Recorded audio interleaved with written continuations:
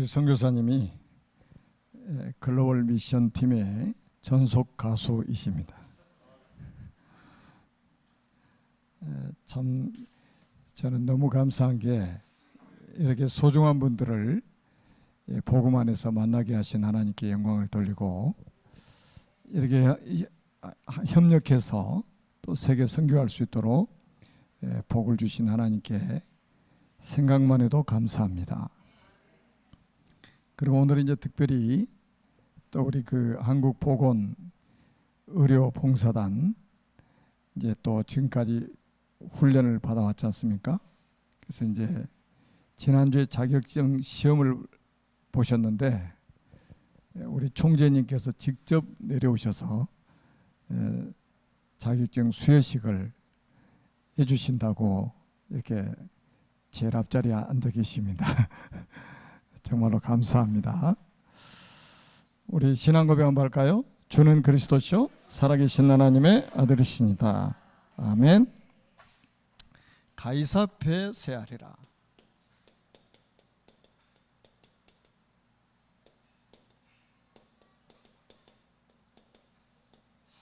가이사는 로마 황제의 칭호입니다. 로마 황제의 칭호. 바로왕 하면 애굽왕의 칭호를 바로라고 하죠. 로마 황제의 칭호가 가이사예요. 로마 황제 앞에 세하리라. 이 말씀입니다. 여러분들이 꼭 기억하셔야 될 거는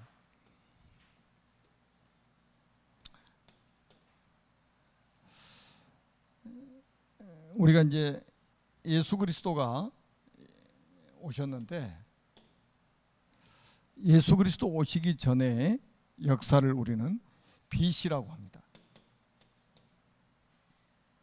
그리고 예수님 오시고 난 후의 역사를 우리 AD라고 하죠. 그러니까 역사하면 그리스도의 이야기가 역사예요.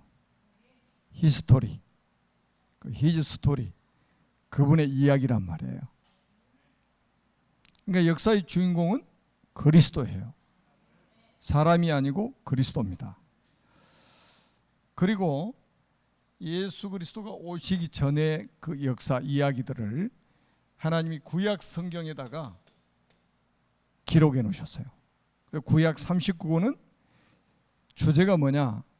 그리스도가 오신다는 약속입니다. 너무 간단하잖아요. 39권 끝. 신약 그러면 그리스도 오시고 난 후의 이야기는 신약 성경에 기록해 놓으셨어요. 신약 성경 27권은 뭐냐? 구약에 예언된 그리스도가 오셨다. 그리고 다시 오실 것이다. 재림을 약속하셨죠. 그래서 신구약 66권의 주인공은 그리스도예요. 역사의 주인공도 그리스도입니다. 그래서 이분을 우리 마음속에다가 영접을 하면 하나님의 자녀. 이렇게 간단한 게 신앙생활이에요. 복잡한 게 아니에요. 그래서 구약 시대에는 그리스도가 오셔야 되기 때문에 이정표가 있는데 그 이정표가 가나안 땅이에요.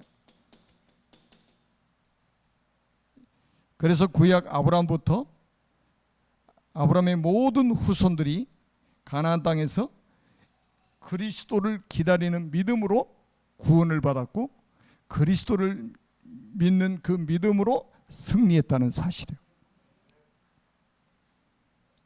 그 신약 성경은 그 그리스도께서 오셔서 십자가에서 우리 인간의 구속을 이루셨기 때문에 이 천국 복음을 전 세계에 가서 전하라는 겁니다.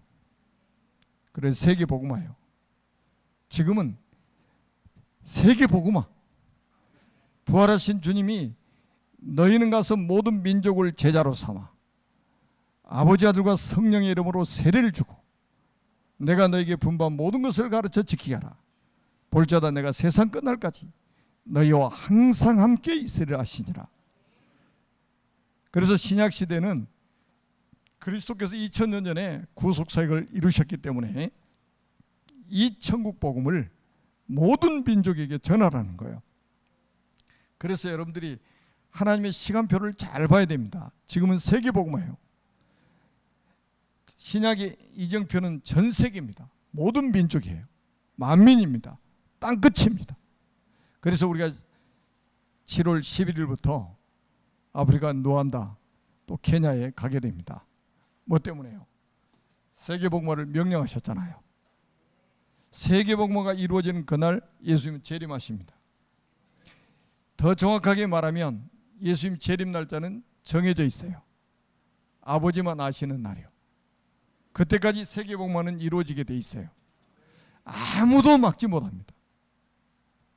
그래서 여기에 방향을 맞춘 사람을 하나님이 얼마나 사랑하시겠어요? 여러분들을 얼마나 사랑하시겠습니까? 세계 선교에 방향 맞춘 여러분, 세계 선교에 방향 맞춘 우리 교회를 하나님이 얼마나 기뻐하시겠냐 말이에요. 자, 이 비밀을 몰랐던 바울의 과거를 한번 볼까요? 오늘 이제 본문의 바울 이야기잖아요. 이 비밀을 전혀 몰랐던 바울의 과거, 굉장히 화려했죠. 바울은 뭐냐? 바리새인이었습니다. 제가 그 요한복음 8장 죄인에게만 보자라는 제목으로 말씀드릴 때 서기관들과 바리새인들에 대해서 이야기했잖아요. 서기관들은 성경을 가르치는 선생들이요. 바리새인들은 뭐냐? 율법 말씀을 철저하게 지키는 아주 바른 생활의 모범들이요. 그런데 뭘 모르냐? 이 복음을 모르고 있는 거예요. 너무 안타깝잖아요. 성경책 가르치고 성경대로 산다고 하면서 성경 66권의 주인공인 그리스도를 모르고, 이것처럼 억울한 일이 어디 있어요? 평생 성경책 들고 가르치고 성경책대로 살겠다고 하는 사람들이 성경 66권의 주인공인 그리스도를 모른다니까요. 그게 바리새인들이요. 완전히 다시 말하면 율법학자죠. 가말리엘이라는 선생 밑에서 최고의 교육을 받은 거예요. 그리고 이 바울은 누구냐? 베냐민 지파. 다시 말해 베냐민 지파에서 이스라엘 초대 왕이 나왔잖아요. 초대 왕이 누구죠? 사울왕입니다. 그러니까 다시 말하면 굉장히 왕족이라는 자부심을 가지고 사는 사람들이 이 베냐민 지파예요. 베냐민 지파에서 사울이 나왔잖아요. 그리고 길리기아 다소 시민권을 가진 사람입니다. 길리기아 다소는 문학의 도시예요. 문학의 도시. 굉장히 수준 높은 교육을 받은 거죠. 그리고 바울은 여기서 끝나는 게 아니라 그 시대에 세계를 지배하고 있는 로마 시민권자였습니다. 굉장한 엘리트요. 아주 굉장한 성공자예요. 굉장한 권력을 가진 사람입니다. 복음 모르니까 이런 엘리트가, 이런 성공한 사람이, 이런 권력을 가진 사람이 복음 막는데 앞잡이 된 거예요. 예수 그리스도를 믿는 사람들을 핍박하는데 앞잡이가 된 거예요. 교회를 잔멸하려고 하는데 앞장선 사람이 바로 바울이었습니다. 무엇이라니까요? 복음 모르니까 지금도 진짜 복음 막는 사람들은 누구냐면 복음 모르는 기독교인들이 복음을 막아요. 희한하죠? 불교 신자가 막는 게 아니고 복음을 모르는 기독교인들이 복음을 막는다는 사실이에요. 그런데 바울이 역사의 주인공이신 그리스도, 성경 66권의 주인공인 그리스도를 만나게 되죠. 그래서 인생의 전환점을 맞이하게 됩니다. 그게 사도행전 9장 1절에서 15절 아닙니까? 그렇게 핍박했던 그리스도를 다메섹 도상에서 빛 가운데서 만나게 돼요. 부활하신 그리스도를 빛 가운데서 만나게 됩니다. 여러분, 우리 인생은 단 한 번은 이분과의 만남이 있어야 됩니다. 단 한 번의 만남이 영원한 만남이 되는 거예요. 여러분, 그리스도를 만났다, 그리스도를 믿었다, 그리스도를 영접했다, 영원히 하나님의 자녀가 되어버립니다. 바울은요, 다메섹 도상에서 이 한 번의 그리스도와의 만남이 영원한 축복이 되어버린 거예요. 여러분도 그 축복 받은 분들이잖아요. 아니, 자기가 지금 그리스도 몰라가지고 그리스도를 핍박하고 그리스도 믿는 사람 핍박하고 그리스도의 복음 전하는 교회를 없애려고 그리스도인들을 다메섹 도상에 체포하러 가다가 자기가 핍박하던 예수님을 만났단 말이에요. 그것도 부활하신 그리스도를 빛 가운데서 만난 거예요. 완전히 인생의 전환점을 만나게 된 겁니다. 자, 우리 인생은 한 번쯤은 인생의 전환점을 맞이해야 됩니다. 그리스도와의 만남이 있어야 돼요. 왜냐? 그리스도는 하나님과 사람 사이의 중보자입니다. 디모데전서 2장 5절에 하나님은 한 분이시오, 하나님과 사람 사이의 중보자도 한 분이시니 곧 사람이신 그리스도 예수시니라. 그리스도를 만나면 인생이 변합니다. 그리스도를 만나면 운명이 바뀝니다. 그리스도를 만나면 영적인 신분이 바뀝니다. 주님이 찾아오신 거예요. 다시 말하면 하나님의 보좌가 바울에게 임했다 이 말이에요. 다메섹 도상에서 하나님 보좌가 임한 거예요. 보좌의 축복이. 저도 이제 생각해 보면, 제가 이제 어렸을 때부터 교회를 다니다가 25살 때 주님이 저를 찾아오셔가지고 만났단 말이에요. 그때가 육신적으로 가장 진짜 더 이상 내려갈 수 없는 그런 밑바닥까지 딱 내려갔어요.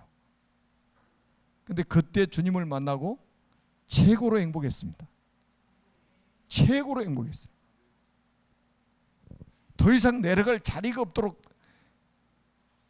밑바닥에 떨어졌다니까요. 그 자리까지 주님이 찾아오셔가지고, 그래서 신분이 바뀌고 운명이 바뀌고 완전히 인생의 전환점이 돼가지고 제가 지금 목사가 돼가지고 이 자리에 서 있잖아요. 안 그랬으면 여러분 못 볼 뻔했잖아요. 그때 그 이런 변화가 없이는 여러분 볼 수가 없었겠죠.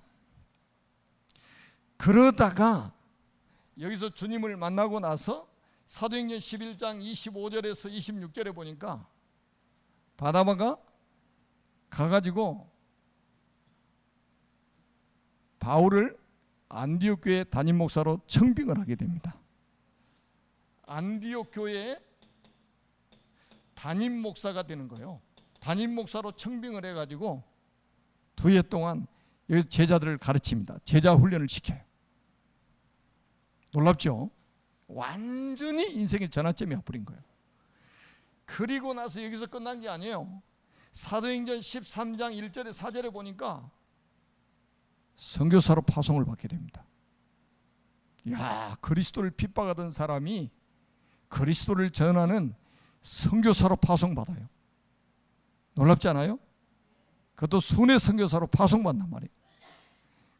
여러분, 선교사로 5명이 파송받는데 그 속에 니게르라는 시몬이 나오잖아요. 니게르라는 사람은 피부가 검은 사람이요, 흑인이라 이 말이에요. 그러니까 인종에 상관없어요, 복음 전하는 거는. 그 다음에 거기에 헤롯의 젖동생이 나옵니다. 헤롯은 왕이잖아요. 왕의 젖동생 형제라 이 말이에요. 신분을 초월하는 거예요. 거기다가 지금 안디옥 교회 담임 목사인 바울을 선교사로 파송했다. 여러분, 이 그릇이 얼마나 큽니까? 그래서 제가 요즘에 계속 지금 사도행전 가지고 메시지 하잖아요. 우리 대한민국에 5, 6만 개 되는 교회 담임 목사님들이 전 세계 순회 선교사로 나가야 된다. 왜 교회를 지키고 있냐 이 말이요. 다 나가야지.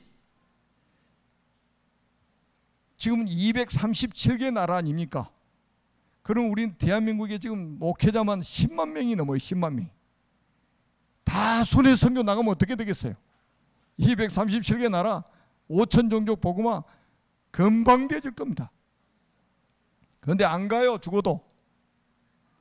왜 안 가냐? 교회 지키겠다고, 교회 부흥시키겠다고 안 가. 여러분, 이런 교회를 하나님이 세우신 거예요. 안디옥 교회 세우셔가지고 그 안디옥 교회 선교사를 지구 생기고 최초로 파송했단 말이에요.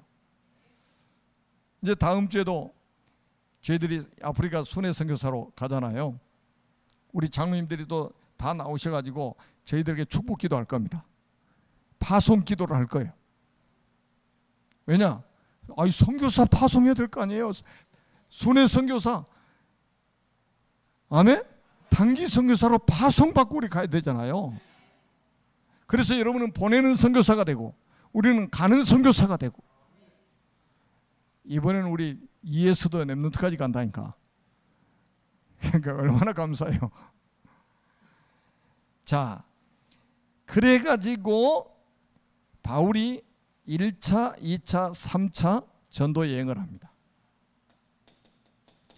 1차, 2차, 3차 전도 여행을 해요. 이게 세계를 뒤집는 역사를 일으킨 거예요.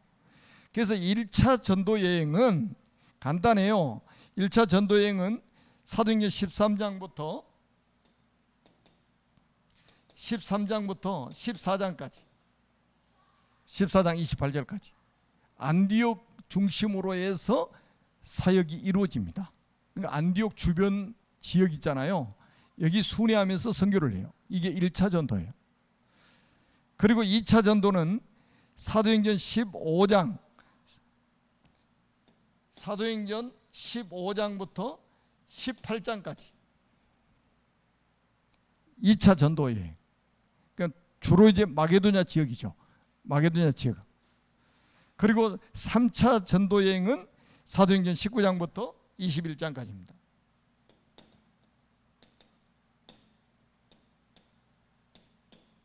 여러분, 1차, 2차, 3차 전도 여행을 했는데 이게 세계를 뒤집는 역사의 시작이에요.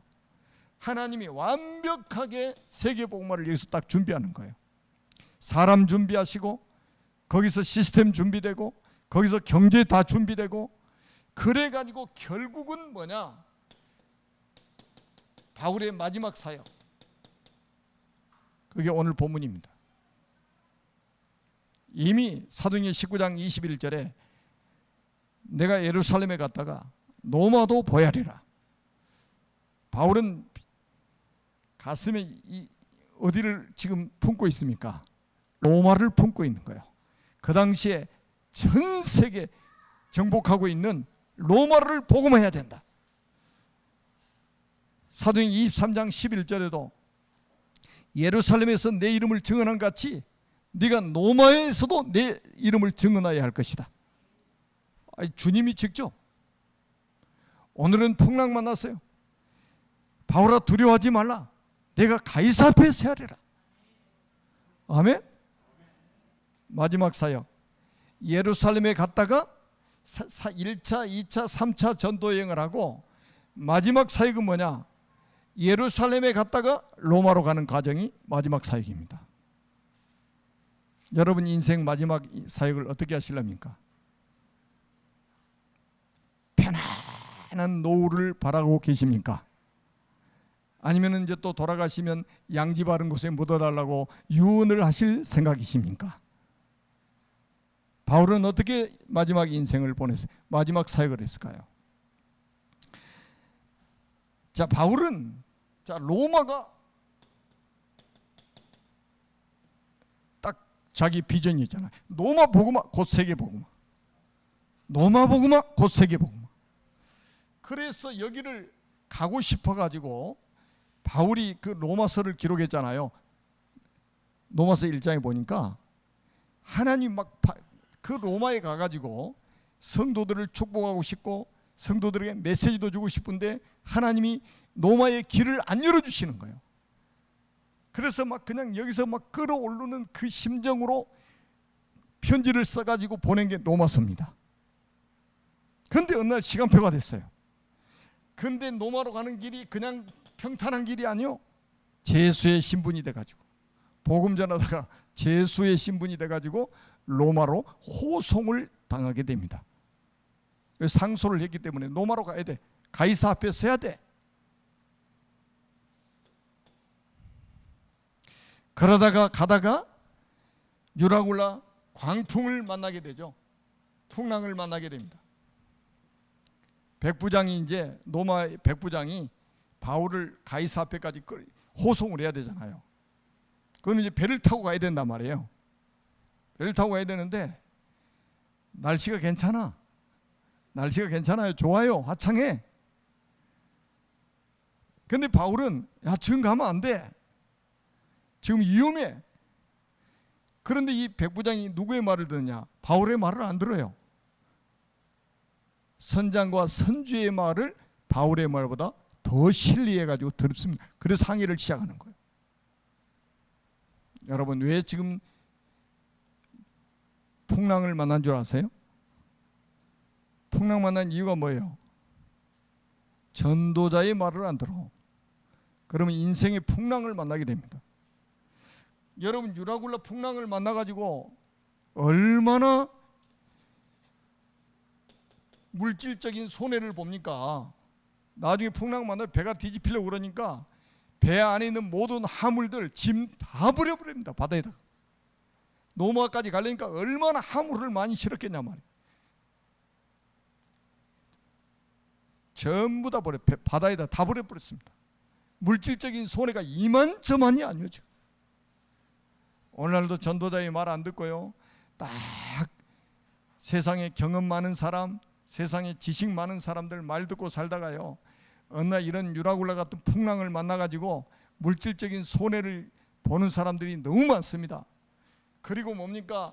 여기다가 뭡니까? 정신적인 피해. 얼마나 여러분 배가 뒤집히려고 그러니까 정신적으로 얼마나 충격을 받았겠습니까? 자, 그런데 오늘 이제 본문에 보니까 같이 한번 읽어보겠습니다. 자, 본문 한번 보십시오. 자, 23절, 22절부터 한번 24절까지 한번 큰 소리로 한번 읽어보겠습니다. 자, 22절부터 시작. 내가 너희를 권하노니 이제는 안심하라. 너희 중 아무도 생명에는 아무런 손상이 없겠고 오직 배뿐이리라. 내가 속한 바 곧 내가 섬기는 하나님의 사자가 어젯밤에 내 곁에 서서 말하되 바울아 두려워하지 말라. 내가 가이사 앞에 서야겠고 또 하나님께서 너와 함께 항해하는 자를 다 내게 주셨다 하였으니 아멘. 풍랑 만나에 다 죽게 생겼는데 하나님의 사자가 밤중에 바울에게 나타나가지고 바울아 두려워하지 말라. 풍랑이 너를 삼키지 못한다. 야, 여러분들이 세계복음화의 사역을 완성하기까지는 이런 풍랑이 삼키지 못한다 이 말이에요. 어떤 피조물도 우리 가는 길을 막을 수 없다는 거예요. 아멘. 그리고 배에 타고 있는 모든 생명을 바울의 손에다가 맡기신 거예요. 얼마나 하나님 멋지십니까? 그러니까 이 지금 풍랑 반드시 뒤집어져서 모든 사람이 죽어야 되는데 누구 때문에 지금 그 사람들이 다 살게 됐냐? 바울 때문에 살은 거예요. 전도자 때문에 살았어요. 여러분 때문에 여러분 가정이 살아나고 여러분 때문에 여러분 만나는 사람이 살아나고 여러분이 가는 모든 현장에 어려움 당하는 사람들이 여러분 때문에 전부 살게 되는 그런 응답이 나타나기를 주님의 이름으로 축복합니다. 한두 사람이 아니요. 276명이요. 배 타고 있는 사람들이. 그 사람들이 바울 때문에 다 산 거예요. 그 사람들이 바울과 함께하는 하나님을 다 보게 된 거예요. 이게 전도예요. 그래서 우리는 여러분들이 언약을 확실하게 붙잡고 세계 복음화의 방향 딱 맞추고 있으면 여러분 만나는 사람들이 전부 여러분 때문에 살게 될 것이다 이 말이에요. 그래서 바울이 로마까지 오송돼 가지고 가이사 앞에 이 복음을 전하게 되죠. 그리고 바울은 AD 8년경에 순교를 했습니다. 복음 전하다 순교를 했어요. 네로 황제 때 이 경기장에서 불이 나기 시작해가지고 로마 도시 전체 화재가 났습니다. 그런데 이거를 네로 황제가 기독교인들의 소행으로 뒤집어 씌워버린 거예요. 그때 바울이 순교한 거예요. AD 68년에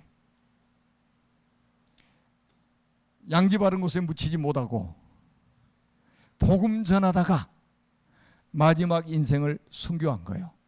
그렇게 핍박했던 바울이, 그리스도를 핍박했던 바울이, 그리스도를 복음 전하는 교회를 아예 잔멸하려고 했던 바울이 그 그리스도를 위해서 복음 전하다가 순교했단 말이에요.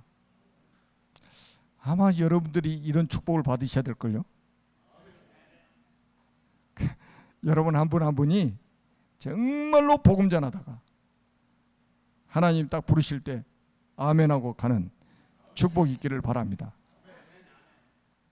여러분 죽는 거는 여러 가지 방법이 있을 뿐이에요. 다 한 번 가게 돼 있습니다. 세상에 사람으로 태어나면 한 번은 가게 돼 있어요. 그런데 무엇을 하다가 어떻게 가느냐, 이거 아주 중요합니다. 결론입니다. 여러분 바울은 2000년 전에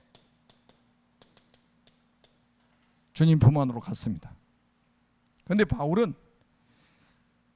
바울의 인생 자체가 작품이에요. 지금도 우리 보세요. 강단에서 모든 강단에 바울 이야기 하잖아요. 바울의 모든 삶 자체가 다 그리스도를 만나고 난 그 이후의 모든 삶 자체가 인생 작품으로 남겨진 겁니다. 그리고 뭡니까? 바울은 14권의 서신서를 이 땅에 남겨놨습니다. 신약 성경 14권을 서신서로 딱 남겨놓은 거예요. 여러분 지금도 보세요. 로마서부터 시작해가지고 바울이 남겨놓은 이 걸작품들 한번 보세요. 바울은 2000년 전에 주님의 품 안에 안겼지만 바울이 지금 인생 작품으로 남겨놓은 이 성경, 신약 성경 14권의 서신서를 통해서 이 천국 복음은 지금도 힘있게 모든 민족에 증거되고 있다는 사실입니다. 여러분도 이 세상을 떠날 때는 인생 작품을 남겨서 여러분이 천국 가고 난 후에 복음이 더 확실히 증거되도록. 여러분 바울이 로마 복음한 게 아니에요. 바울은 68년에 갔고 로마가 복음화된 거는 주 313년 콘스탄틴 황제가 로마 그 황제가 기독교를 국교로 인정할 때 그게 313년이에요. 바울은 복음 전하다 순교했지만 바울이 세우는 제자들을 통해서, 바울이 세우는 차세대 선교사들을 통해서 로마는 복음화됐습니다. 우리가 복음 전하다가 이 세상을 떠난다 할지라도 우리를 대신해서 차세대 선교사들이 세계 복음화를 이루는 그런 인생 작품을 남기는 여러분 되시기를 만왕의 왕이신 예수 그리스도 이름으로 축복합니다. 살아계신 하나님 은혜를 감사합니다. 오늘 주신 말씀대로 우리 모든 성도들이 응답받게 하옵소서. 예수 그리스도의 이름으로 간절히 축복하며 기도하옵나이다. 아멘.